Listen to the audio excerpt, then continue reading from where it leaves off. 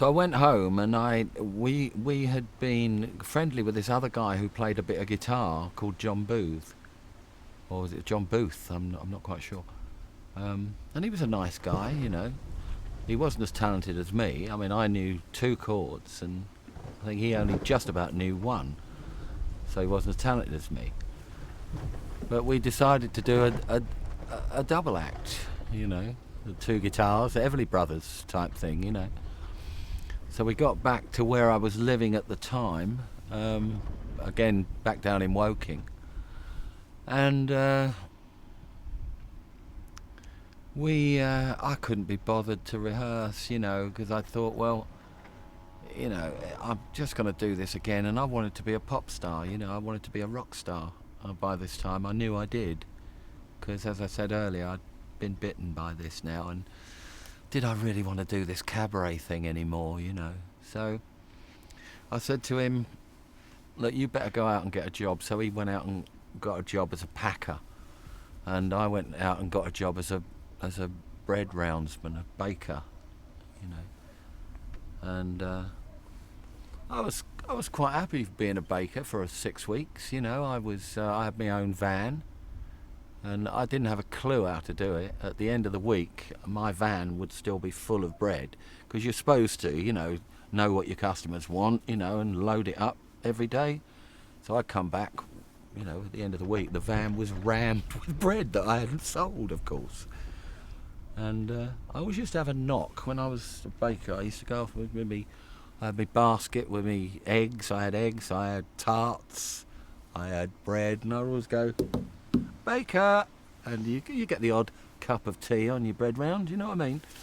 And I quite enjoyed it, because I was out on my own, and I had my van, and, you know, I was quite enjoying it. I'm 17 and a half, 18, I suppose. And then I got the sack from there, because my van was full of bread, and I ended up owing them money, because I had so much bread left over. It's all stale in the back and everything, you know, I didn't give a fuck. And then I was just sitting around doing nothing, wondering what I was going to do. And I got a call from Pat Barlow, bless his heart, rest his soul. He's a lovely man. And I got a call and just saying, Rick, I said, yeah. He said, would you like to join the group? I said, hang on, Pat, just let me have a think about it. I was up to London. Rehearsals.